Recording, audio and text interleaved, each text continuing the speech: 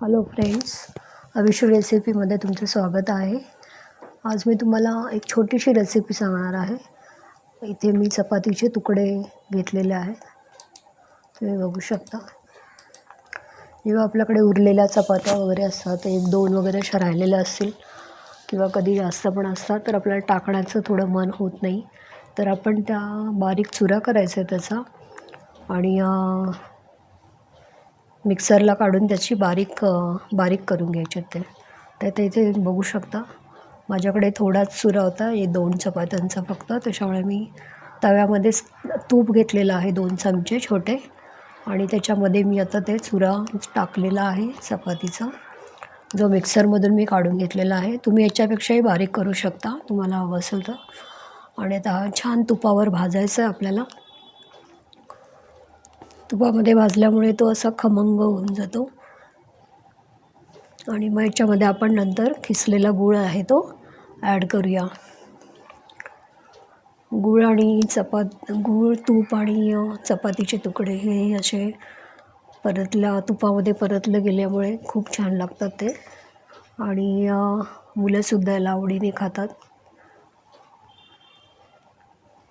तुम्ही बघू शकता, खूपच इझी आहे ही रेसिपी. तुम्ही पण जर कधी उरलेलं काही असेल तर टाकण्याचं मन होत नसेल तर असं तुम्ही ट्राय करू शकता. तुम्हाला जर चपातीचे तुकडे अजून बारीक करायचे असेल तर तुम्ही करू शकता. तुम्हाला जर माझी रेसिपी आवडली असेल तर प्लीज लाईक आणि शेअर करा, सबस्क्राईब करा माझं चॅनल. इथे मी गूळ घेतलेला आहे. आता गूळ तो थोडा फोडून टाकते मी, किंवा तुम्ही खिसून पण टाकू शकता तो, म्हणजे तो लवकर मेल्ट होईल. आता इथे तव्याच्या गरमीमुळे तो मेल्ट होईल आणि त्याच्यामध्ये मिक्स केला जाईल तो. याला जास्त वेळ नाही लागत तसं. 5 ते 10 मिनटं आपण त्याला रोस्ट करत राहायचं आहे, जेणेकरून आपलं गूळ आणि चपातीचे तुकडे हे दोन्ही मिक्स होऊन त्याच्यामध्ये छानपैकी छान लागतील ते खाण्यासाठी.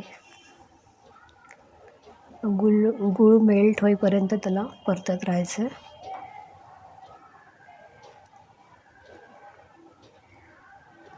गूळ हा थंडीमध्ये पौष्टिकच आहे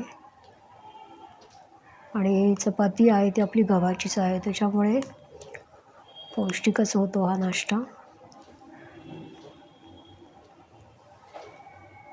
आणि हा एक छान पर्याय आहे, जर आपल्याला बाकी काय फेकून देण्यापेक्षा ते आपण असं करून खाऊ शकतो.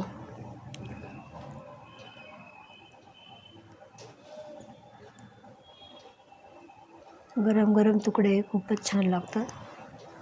तुम्ही जर अजून तुम्हाला बारीक करायचं असेल तर मिक्सरमध्ये अजून बारीक करून घेऊ शकता. इथे आपल्याला चपातीचे तुकडे आधी थोडेसे बारीक करून आणि नंतर मग आपल्याला ते मिक्सरला लावायचे असतात. मिक्सरला लावून त्याचे 1-2 वेळा फिरवून त्याला ते बारीक होतात. आणि मग आता हे आपण तुपामध्ये छानपैकी शॅलो फ्राय करायचं आहे. ते एकसारखं हलवत राहायचं, जेणेकरून ते खाली लागणार नाही आणि काळे वगैरे होणार नाहीत, ते करपले जाणार नाहीत ते. गूळ मी चांगला मेल्ट करून घेतला त्याच्यात. मंद गॅसवरच हे करायचं आहे आपल्याला, जेणेकरून चपातीचे तुकडेसुद्धा आपले शिजले जातील थोडेसे. तुम्हाला जर आवडलं असेल तर तुम्ही जरूर ट्राय करा.